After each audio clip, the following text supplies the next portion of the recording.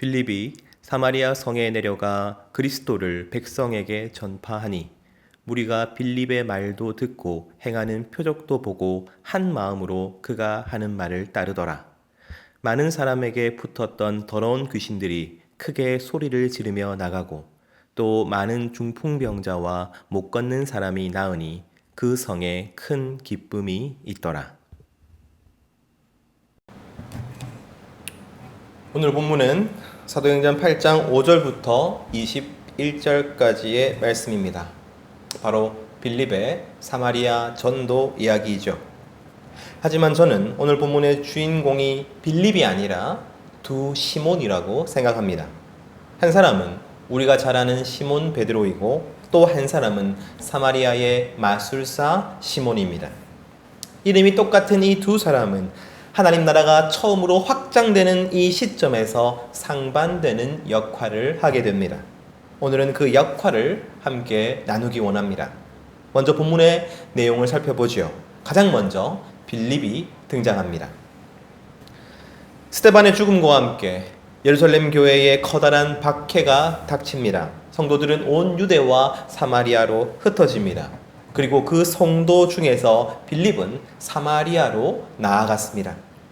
빌립은 스데반과 함께 구제를 위해 세운 7 일꾼 중 한 명이었습니다. 사실 유대와 사마리아는 1000년 이상 서로 적대하여 왔습니다. 북이스라엘과 남유대의 반목이 있었고 북이스라엘이 아수르 제국에 의하여 멸망당한 뒤로는 이방인들이 그 땅에 거주하였죠. 그래서 유대인들은 사마리아인들이 종교와 인종 양면으로 잡종이라고 멸시하였습니다. 유대인들은 사마리아인들을 만나기는커녕 그 땅을 밟지도 않았던 것이죠. 그런데 빌립은 굳이 사마리아로 갔던 것입니다. 현실적으로 보자면 초대교회 성도들은 유대인 박해자들이 사마리아까지 자신들을 쫓지 않을 것이기 때문에 그 땅으로 피하였을 수 있습니다. 하지만 그것 또한 하나님의 섭리 가운데 있었죠. 사마리아로 간 성도들은 바로 그곳에서 복음을 전파합니다.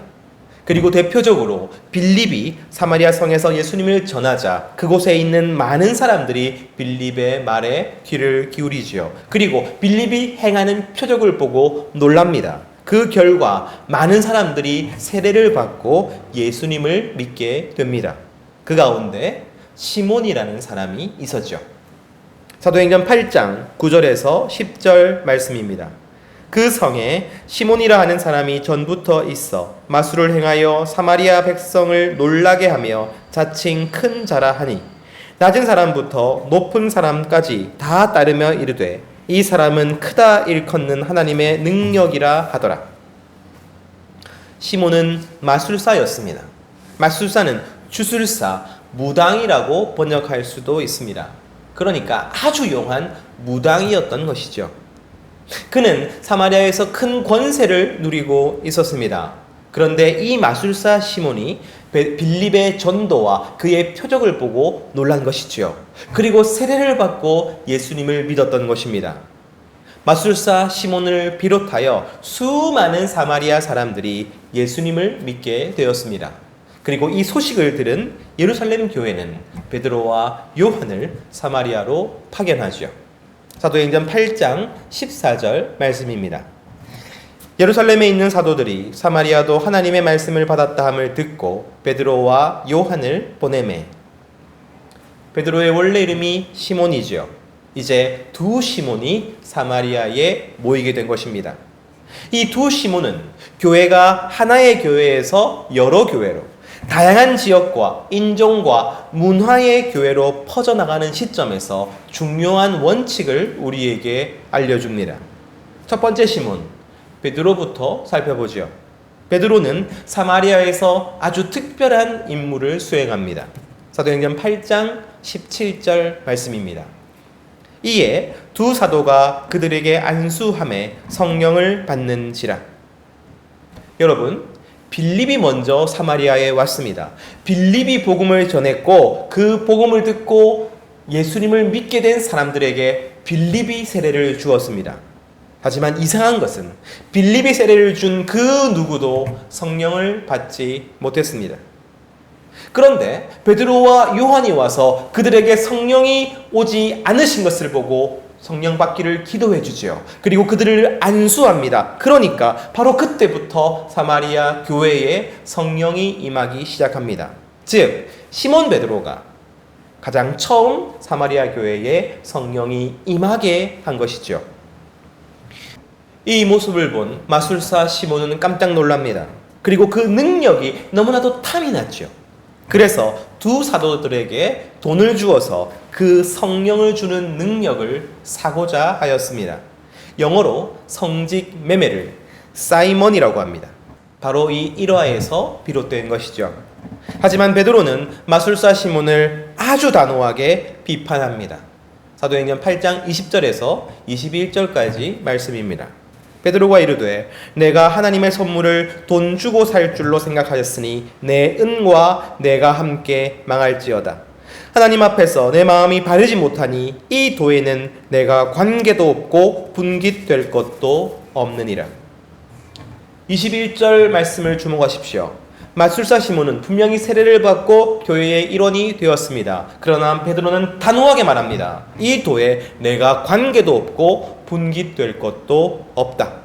즉 마술사 시몬은 교회의 일원이 될 수 없다고 못 박은 것이지요. 그래서 오늘 본문에서 중요한 핵심은 두 가지입니다. 첫 번째는 시몬 베드로가 안수하였을 때 성령이 임하였던 사건이고, 두 번째는 마술사 시몬이 교회의 일원이 될 수 없었던 사건입니다. 첫 번째부터 살펴보죠. 사도행전 8장 16절에서 17절 말씀입니다. 이는 아직 한 사람에게도 성령 내리신 일이 없고 오직 주 예수의 이름으로 세례만 받을 뿐이더라. 이에 두 사도가 그들에게 안수함에 성령을 받는지라. 지금까지 예루살렘 교회는 세례와 함께 성령을 받았습니다. 그리고 이 당시 사실상의 교회의 표지는 성령이었습니다. 성도의 정체성은 바로 성령에 있었습니다. 성령이 없으면 엄밀히 말해 성도라고 할 수 없었던 것이죠. 교회라고 할 수 없었던 것입니다. 그런데 빌립이 세례를 주었음에도 불구하고 사마리아 성도들은 그 누구도 성령을 받지 못합니다. 이것이 무엇 때문일까요? 게다가 사마리아에 늦게 온 베드로와 요한이 성령 받게 해주시기를 기도합니다. 그리고 안수합니다. 바로 그때 사마리아 교회 사람들이 성령을 받죠. 베드로가 안수하는 대로 족족 성령을 받습니다. 너무나도 이상한 일이죠. 왜 빌립의 세례로는 성령이 임하지 않았던 것일까요? 왜 베드로와 요한, 특별히 베드로의 안수로 성령이 임한 것입니까? 몇몇 사람들은 이 본문을 해석하면서 사마리아인들의 회심이 모두 거짓이었다고 말합니다. 왜냐하면 진짜라면 분명히 성령이 임하였을 것이기 때문이죠. 마술사 시몬처럼 사마리아인들이 처음에는 기적의 눈길이 뺏겨 예수님을 믿는 척 했을 뿐이고 진짜 예수님을 믿은 것은 베드로와 요한 때문이라고 주장하는 것이죠. 하지만 사마리아인들의 처음 회심이 거짓이었다는 그 어떤 증거도 성경에는 존재하지 않습니다. 오히려 사마리아인들이 빌립이 하는 말을 한 마음으로 따랐다고 증거하고 있죠. 저는 사마리아인들이 진짜 회심했다고 믿습니다. 그렇다면 빌립이 문제가 있을까요? 그가 성령으로 충만한 성도가 아니었을까요? 혹은 사도들보다 급이 떨어지는 성도라서 그의 세례로는 성령이 오시지 않는 것일까요? 베드로와 요한쯤 되어야 성령이 임하게 할 수 있는 것입니까? 저는 그렇게 생각하지도 않습니다. 빌립은 성령의 인도하심을 받아서 사마리아로 간 것이기 때문입니다. 그리고 지금 수많은 성도들이 온 유대와 사마리아로 퍼져서 예수님을 전하고 또한 세례를 주고 있기 때문이죠. 그리고 오순절 교단에서는 이렇게 주장합니다. 우리가 성령에 대해서 나누면서 한번 언급한 적이 있지요. 이들은 그리스도인이 되는 과정이 두 단계로 존재한다고 주장합니다. 바로 물 세례와 성령 세례지요. 물 세례를 받는 성도들은 반드시 두 번째 성령 세례를 받아야 하는데 바로 그것은 영적인 체험과 은사를 가리킵니다. 바로 이렇게 보면 오늘 본문의 사마리아 교회는 아주 정상적인 두 단계를 밟고 있는 것이죠. 하지만 우리가 속한 개혁주의 교회는 믿음과 회심은 성령이 아니시면 불가능하다고 믿습니다. 즉, 믿고 세례를 받는 것은 성령이 임하셔야만 가능한 것입니다. 성령이 역사하셔야만 믿을 수 있는 것입니다. 그래서 저는 사마리아 사람들이 회심하여 세례를 받았을 때 그들은 당연히 성령을 받았다고 생각합니다. 다만 그들은 방언과 같은 성령의 은사는 받지 못한 것이지요. 사마리아인들은 믿음을 주시는 성령은 받았지만 그 성령이 주시는 은사는 받지 못하였던 것입니다. 그것을 성경은 아예 공식적으로 성령을 받지 않은 것처럼 묘사하고 있는 것이죠. 그렇다면 이 이상한 일의 이유는 무엇입니까? 하나님께서 성령의 은사를 주시지 않은 이유는 무엇이며 아예 성령이 내리신 일이 없다고 말씀하시는 이유는 무엇입니까? 그 이유는 사마리아 교회에 가장 처음 성령을 임하게 하는 사람은 빌립이 아니라 베드로여야 하기 때문입니다. 지금은 사마리아 교회가 처음으로 세워지는 시점이며 교회가 처음으로 확장되는 시점입니다. 하나님은 그 시작을 베드로가 하게 되기를 원하셨습니다. 그래서 빌립의 세례로 성령을 주시지 않고 베드로의 안수를 통해서 성령이 임하셨던 것이지요. 그러므로 오늘 본문의 주인공은 빌립이 아니라 베드로인 것입니다. 그렇다면 그 이유가 무엇일까요? 왜 빌립이 아니라 베드로를 통해서 성령이 임하셔야 하는 것일까요? 사랑하는 성도 여러분, 여기엔 두 가지 이유가 있습니다. 첫 번째 이유는 베드로가 현재 교회의 대표적인 지도자였기 때문입니다. 현실적인 이유라고 할 수 있겠죠. 빌립을 통해서 사마리아 교회가 성령을 받으면 어떻게 될까요? 사마리아 교회는 예루살렘 교회보다 열등하게 되는 것입니다. 예루살렘 교회에 종속되게 되는 것입니다. 왜냐하면 사도로 시작된 교회가 아니라 집사 같은 일꾼으로 시작한 교회가 되기 때문이죠. 그것이 인간의 본성입니다. 사마리아 교회가 예루살렘 교회와 동등해지지 않는 것이죠. 하지만 예루살렘 교회가 베드로를 통해서 성령을 받았듯이 사마리아 교회 또한 베드로를 통해서 성령을 받습니다. 그러므로 누가 우월하거나 누가 열등하지 않은 것이죠. 두 교회는 이제 동등해졌습니다. 형제 자매가 되었습니다. 이는 특별히 사마리아인들을 멸시하였던 유대인들에게 중요한 의미가 있습니다. 자신들의 지도자인 베드로가 사마리아에 가서 그들에게 성령이 임하게 하였기 때문이지요. 이제 그들은 베드로라는 교집함과 성령이라는 교집함을 가지게 되었습니다. 그리고 두 번째 이유를 나누겠습니다. 이 두 번째 이유가 중요합니다. 베드로로 인하여 예루살렘 교회에 성령이 임하였습니다. 그리고 똑같이 사마리아 교회도 베드로를 통해서 성령이 임하였죠. 그리고 우리가 성령에 대해서 나눌 때에 성령의 목적에 대해서 나눈 적이 있습니다. 고린도전서 12장 13절 말씀입니다. 우리가 유대인이나 헬라인이나 종이나 자유자나 다 한 성령으로 세례를 받아 한 몸이 되었고 또 다 한 성령을 마시게 하셨느니라. 성령의 목적은 한 몸 되게 하시는 것입니다. 교회를 한 몸 되게 하시는 것이 바로 성령이고 성령의 은사는 다른 목적이 아니라 성도 개인의 유익을 위한 것이 아니라 교회를 한 몸 되게 하는 목적이 있는 것이죠. 그런데 성령께서 주시는 은사 가운데, 다시 말해 교회를 한 몸 되게 하시는 은사 가운데 가장 중요한 은사를 베드로가 가장 먼저 받습니다. 그 은사는 바로 믿음 그 자체이고 그 믿음은 베드로의 신앙 고백으로 가장 먼저 나타나는 것이죠. 누가복음 9장 18절과 20절입니다. 예수께서 따로 기도하실 때에 제자들이 주와 함께 있더니 물어 이르시되 무리가 나를 누구라고 하느냐? 예수께서 이르시되 너희는 나를 누구라 하느냐? 베드로가 대답하여 이르되 하나님의 그리스도시니이다 하니. 사랑하는 성도 여러분, 베드로가 핵심이 아니에요. 베드로의 이 고백이 핵심입니다. 계획주의 교회는 믿음과 회심이 오직 성령으로만 가능하다고 아까 함께 나누었죠. 성령이 오셔야 예수님을 믿을 수 있는 것입니다. 베드로가 그러하였습니다.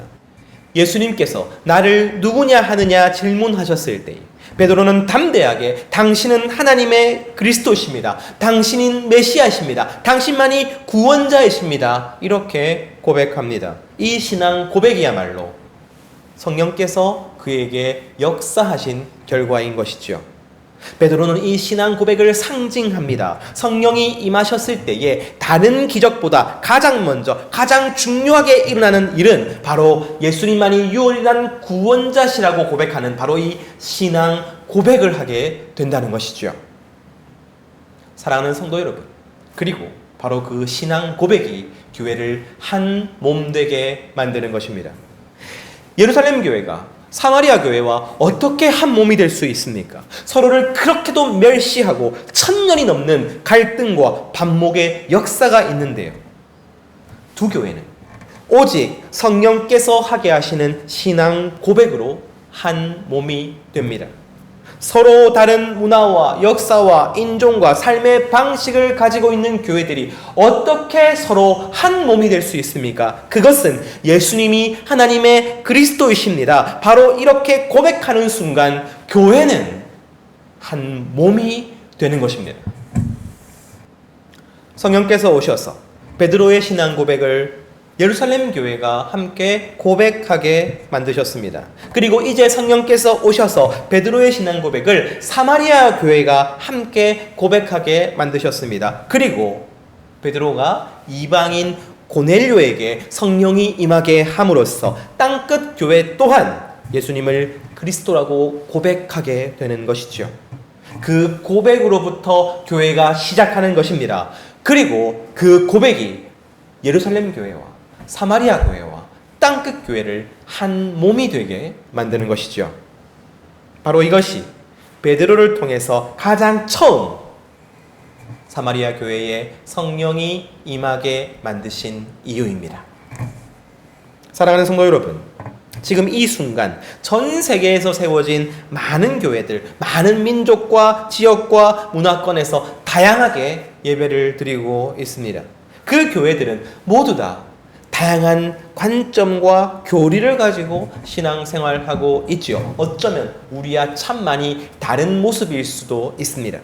하지만 그 모든 교회들이 이 신앙 고백, 예수님만이 그리스도이시다라는 고백을 한다면 그 모든 교회들은 한 몸입니다. 한 지체입니다. 한 형제 자매들입니다.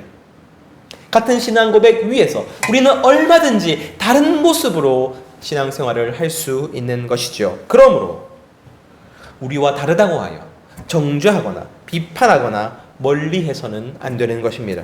오히려 그들을 한 몸으로 여기고 서로를 형제 자매로 존중할 수 있어야 하는 것이죠. 공교회, 하나의 교회로서 하나님 나라 확장에 서로 협력할 수 있어야 하는 것입니다. 바로 그것이 첫 번째 시몬이 보여주는 원칙인 것이죠.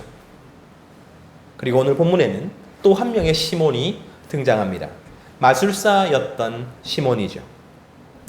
그는 빌립의 전도를 받고 세례를 받습니다. 다시 말해 그도 교회의 일원이 된 것입니다. 하지만 그의 정체성을 성경은 이렇게 말합니다. 사도행전 8장 9절 말씀입니다. 그 성에 시몬이라 하는 사람이 전부터 있어 마술을 행하여 사마리아 사람을 놀라게 하며 자칭 큰 자라 하니. 자칭 큰 자라 하니. 스스로를 큰 자로 부르는 것, 스스로 큰 자가 되려 하는 것, 바로 그것이 마술사 시몬의 정체성이었습니다. 그의 목적은 자신이 큰 자가 되어 명예와 권세와 부를 누리는 것이었습니다. 그래서 그는 빌립을 보고 빌립에게서 세례를 받고자 한 것이죠. 왜냐하면 자신이 할 수 있는 것보다 빌립이 행하는 표적이 더 크고 대단해 보였기 때문입니다. 그는 빌립처럼 그리고 빌립보다 더욱더 큰 자가 되고 싶었습니다. 그런데 마침 사도들이 등장한 것이죠. 그래서 그 사도들이 안수만 하면 사람들이 성령을 받는 것을 본 것이죠. 마술사 시몬은 깜짝 놀랍니다. 바로 그것이야말로 자기가 가장 원하는 것이기 때문입니다. 자신을 가장 큰 자로 만들어주는 능력이기 때문입니다. 그래서 그는 돈으로 그 능력을 사고자 했던 것이죠. 사도행전 8장 18절에서 19절 말씀입니다. 시몬이 사도들의 안수로 성령 받는 것을 보고 돈을 들여 이르되 이 권능을 내게도 주어 누구든지 내가 안수하는 사람은 성령을 받게 하여 주소서 하니. 마술사 시몬은 자신보다 더 큰 능력을 빌립이 보여주었기에 빌립을 따랐습니다. 그리고 그보다 더 커 보이는 권능을 두 사도가 보여주자 이제는 두 사도를 따르는 것이죠.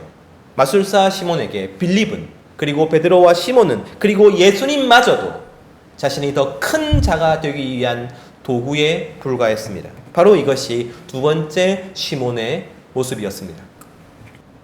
시몬 베드로는 마술사 시몬에게 네가 하나님 나라에 상관도 없고 분깃도 없다고 단호하게 잘라내죠. 마술사 시몬과 같은 이들은 한 몸된 교회의 일원이 아닙니다. 그가 입으로는 예수님을 그리스도라고 고백할지 몰라도 그가 예수님을 통해서 자신이 큰 자가 되려 하는 한 그는 교회와 상관없는 사람인 것이죠. 사랑하는 성도 여러분, 이 땅의 많은 교회들이 예수님만이 우리의 구주가 되신다고 고백합니다. 그러면 우리 모두는 한 몸이고 한 형제 자매입니다. 첫 번째 시몬이 그 사실을 우리에게 알려주는 것이죠. 하지만 주의하십시오. 그 중에는 망하는 교회가 있습니다.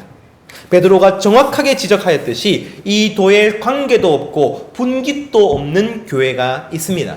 그러한 교회는 예수님을 도구로 써서 사람을 큰 자로 만드는 교회입니다. 우리는 그러한 교회를 이단이라고 부르죠. 이단이란 달을 이자에 끝 단자를 씁니다. 그러니까 끝이 다르다는 것이죠. 이단도 성경을 엄청 연구합니다. 이단도 엄청 뜨겁게 기도하고 엄청 은혜롭게 찬양합니다. 그런데 가만히 들어보면 끝이 달라요. 끝이 예수님으로 끝나는 것이 아니라 담임 목사로 끝납니다. 당회장으로 끝납니다. 인간을 큰 자로 만드는 결론으로 끝나는 것이죠. 서울 송파에 이단 교회가 하나 있습니다. 제가 종종 그 교회 홈페이지 들어가 봅니다. 그래서 간증을 읽어봅니다. 재밌거든요.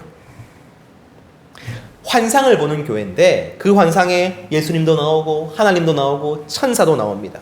영광스럽고 아름답고 가슴 벅찬 환상이 너무 많습니다. 그런데 거의 예외 없이 빠지지 않는 것이 그 교회의 담임 목사입니다.